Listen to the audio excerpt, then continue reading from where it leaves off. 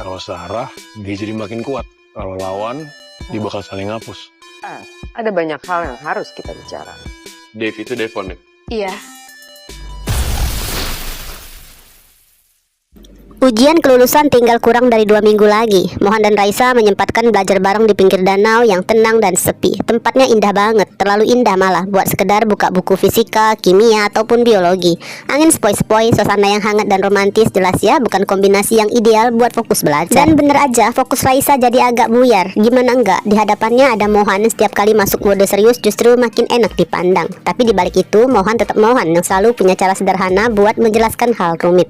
Bikin siapapun yang dengar jadi lebih mudah paham. Bahkan tanpa disadari, apa yang Mohan jelaskan terasa seperti petunjuk, seolah-olah sedang menggambarkan kemana arah hubungan mereka dan orang-orang di sekitaran mereka. Pembahasannya tentang intervensi. Kalau searah katanya akan makin kuat, tapi kalau berlawanan katanya justru saling menghapus. Nah, kalimat bagian pertama contoh nyatanya justru ada di Mohan dan Raisa yang udah pernah melewatin fase menjauh dan sekarang kembali searah dengan perasaan yang jauh lebih kuat. Contoh lainnya ada Fatah dan Akila. Angin seakan terus mendorong mereka untuk tetap kembali berada di kapal yang sama, perlahan menuju arah yang sama. Apalagi sejak insiden di hari launching, chemistry di antara mereka terasa makin kuat. Meski kenyataannya mereka masih hidup di dunia yang berbeda, karena Akila yang sekarang belum sepenuhnya kembali menjadi dirinya yang dulu. Contoh lainnya pasangan Gemma dan Kiara. Setelah sama-sama galau, sempat harus berpisah di saat masih sayang-sayangnya karena jarak yang jauh dan minimnya kabar. Nah sekarang arah angin seperti mulai berpihak. Mereka kembali searah, namun tetap aja nggak ada yang benar-benar tahu seberapa kuat mereka bisa bertahan, baik Mora, Fatkil maupun Gemki,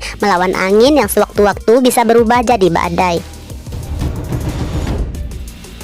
Kita ambil contoh dari lanjutan kalimat yang sama. Kalau berlawanan akan saling menghapus. Ya, paling nyata contohnya ada di Mohan dan Akila. Mereka bahkan belum sempat benar-benar bersama, tapi perasaan itu pernah ada, cukup nyata untuk meninggalkan luka.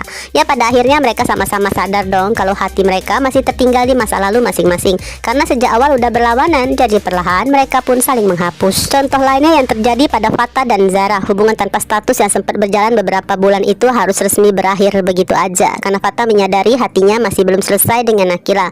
Perpisahan Fatah dan Zara paling dewasa yang pernah ada ya, tanpa drama, tanpa amarah, tanpa luka yang berarti, seolah memang sudah waktunya selesai. Apalagi kalau nanti Akila dan Fatah benar-benar memutuskan balikan, sedangkan Zara sebagai Rose mungkin akan menerima perjodohan dengan Excel.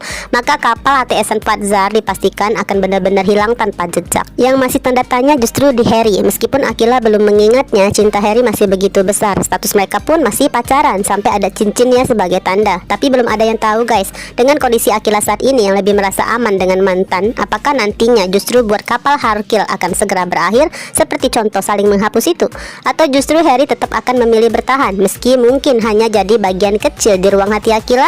Karena gimana pun sejak dulu ya, di sudut hati Akila selalu ada Fatah, dan perasaan itu justru makin tumbuh lewat perhatian Fatah di saat Akila sedang paling rapuh. Lalu ada juga hubungan Dava, Diva, dan Vania yang makin rumit. Cinta segitiga yang perlahan berubah arah jadi berlawanan. Diva jelas yang paling terluka melihat bagaimana tatapan Vania yang begitu galau setiap kali melihat Dava semakin dekat dengan Hana. Nah, kemungkinan besar Diva kembali memilih mundur dari hubungan yang menyakitkannya.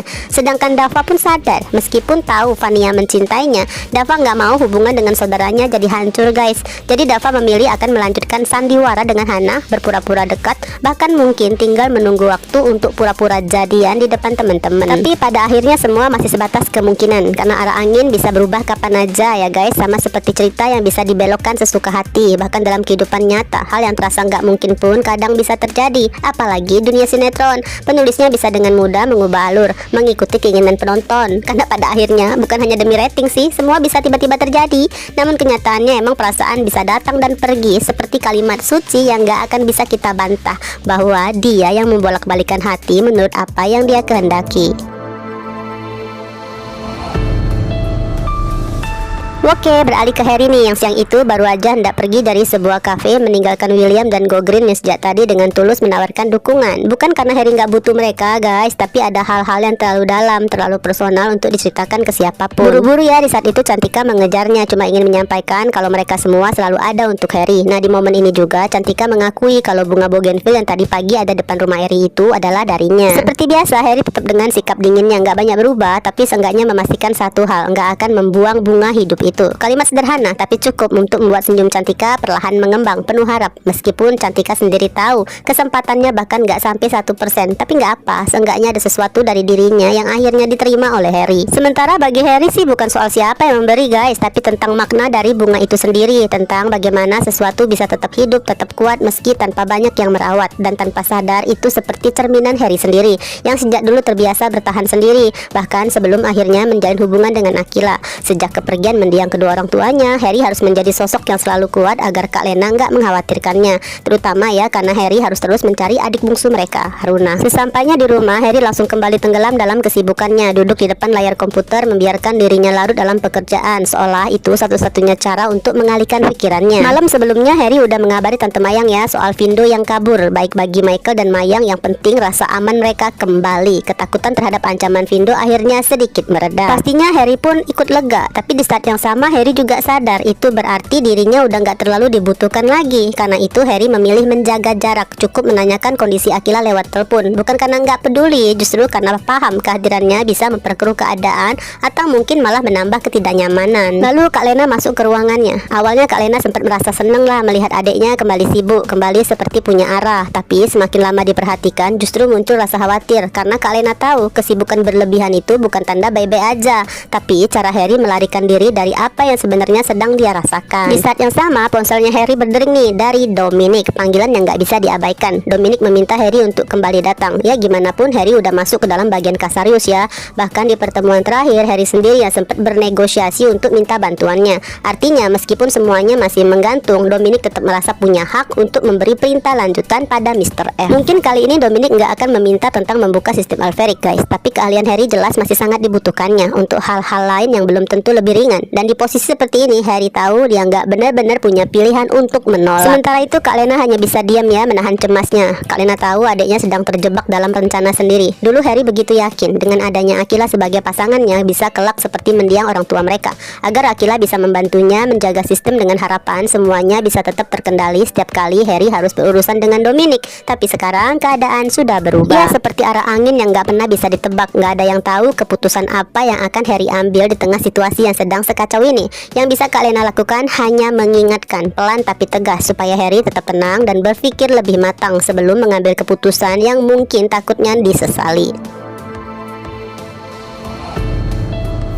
Beralih ke rumah Fernandes nih, momen yang sempat diharapkan ternyata nggak terjadi guys. Fata dan Akila udah lebih dulu pindah ke ruang tamu saat Tante Mayang dan Dokter Alma datang. Harapan kita supaya Mayang melihat ruangan khusus di rumah itu berisi piala-piala Akila akhirnya kandas begitu aja. Saat itu Mayang langsung mendekat ke Akila, namun respon Akila masih sama ya seperti sebelum pergi tadi, masih menjaga jarak dari Mama Mayang. Hingga waktunya Akila melakukan sesi konsultasi berdua aja dengan Dokter Alma. Disinilah Mayang ada kesempatan dong bertanya pada Fata tentang apa yang sebenarnya terjadi, tentang apa yang membuat Akila sampai seperti itu. Entah apakah Fata akan menceritakan semuanya tentang teriakan histeris Akila, tentang luka yang kembali terbuka saat mendengar kata dibuang, atau Fata justru masih menahan sebagian cerita. Yang pasti setelah percakapan mereka, ekspresi Mayang tetap sama, cemas, tapi sulit ditebaklah apa yang sebenarnya ada dalam pikirannya. Ada penyesalan di sana, tapi terasa terlambat, seperti nasi yang udah jadi bubur, nggak bisa kembali seperti semula.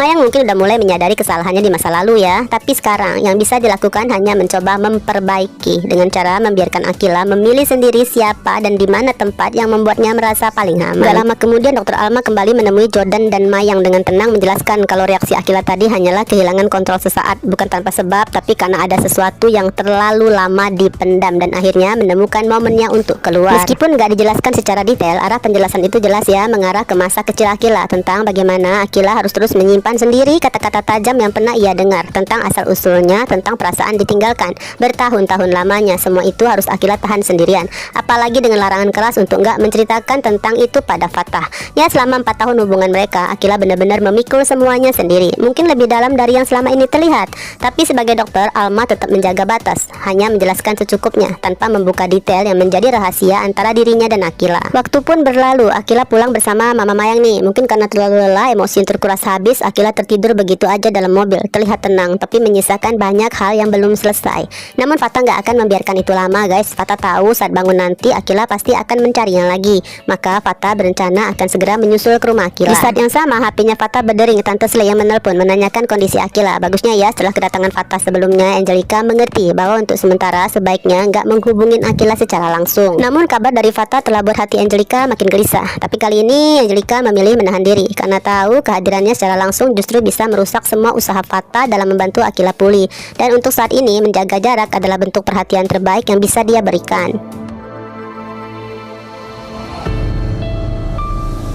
Beralih ke Devon, dari pagi sampai siang cuma duduk diam di kafe kantor Tante Zen. Hatinya lagi nggak tenang, gelisah, campur takut. Ada kekhawatiran yang terus mengganggu. Gimana kalau suatu hari nanti Tante Zen tahu kalau kemunculannya bukan sekedar ingin dekat lagi, tapi juga membawa misi dari Mama Val. Kegelisahan itu makin terasa ya saat Mama Val menelponnya. Tujuan Valerian sederhana, menanyakan perkembangan tugasnya. Dan seperti biasa, nada lembutnya selalu terasa menekan. Pujian yang dibungkus rapi, tapi dibaliknya ada tuntutan dan sindiran yang cukup tajam. Devon diingatkan untuk bergerak lebih cepat. Akhirnya ya dengan hati-hati Devon meminta agar mamanya nggak sering menelpon lagi supaya Mohan dan Rose nggak curiga. Gak lama Tante Zen datang menghampiri, wajahnya penuh ketulusan seolah nggak ada sedikit pun kecurigaan. Dengan lembut ya, Tante Zen menyarankan sebaiknya Devon ke teras kafe aja lah, mencari udara segar di sana.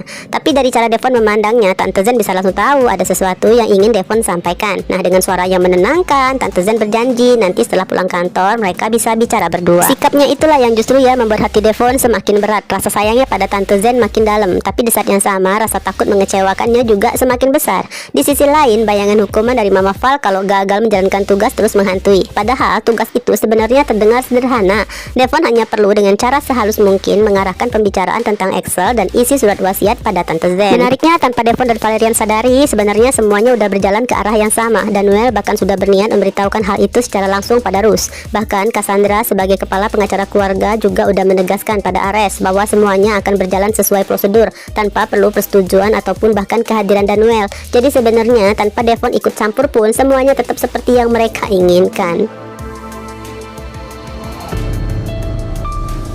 Setelah bicara dengan Devon, Tante Zen kembalilah ke kantor dan berpapasan dengan Zara. Kali ini Zara nggak bisa menahan diri lagi guys, karena Zara masih sangat ingat bagaimana karakter Tante Valerian. Jadi pertanyaannya pun sederhana, tajam. Kenapa hanya dengan satu telepon Tante Val bisa begitu mudah melepaskan Devon dan membiarkannya kembali ke rumah mereka? Rasanya sulit dipercaya kalau nggak ada tujuan tertentu di baliknya. Sayangnya Zendiara terlalu naif guys, atau mungkin rasa sayangnya pada Devon udah terlanjur besar. Buatnya ekspresi lugu dan menggemaskan Devon terasa terlalu tulus untuk dicurigai. Zendiara justru menganggap Zara hanya terlalu overthinking dan merasa wajar aja lah kalau Devon diizinkan kembali ke rumah tantenya. Tanpa mereka sadari, seluruh percakapan itu didengar oleh Ken guys yang berdiri diam di balik dinding. Ken cukup terkejut lah saat menangkap nama Devon dan Tante Valerian. Dalam pikirannya semuanya langsung terhubung. Berarti Dev yang emas dari awal wajahnya terlihat familiar itu adalah Devon Casarius. Pembicaraan itu hampir selesai. Ken pun keluar dari persembunyiannya dan langsung menyapa mereka. Jelaslah Zara terkejut. Dari ekspresinya Zara tahu kalau Ken pasti sudah mendengar semuanya.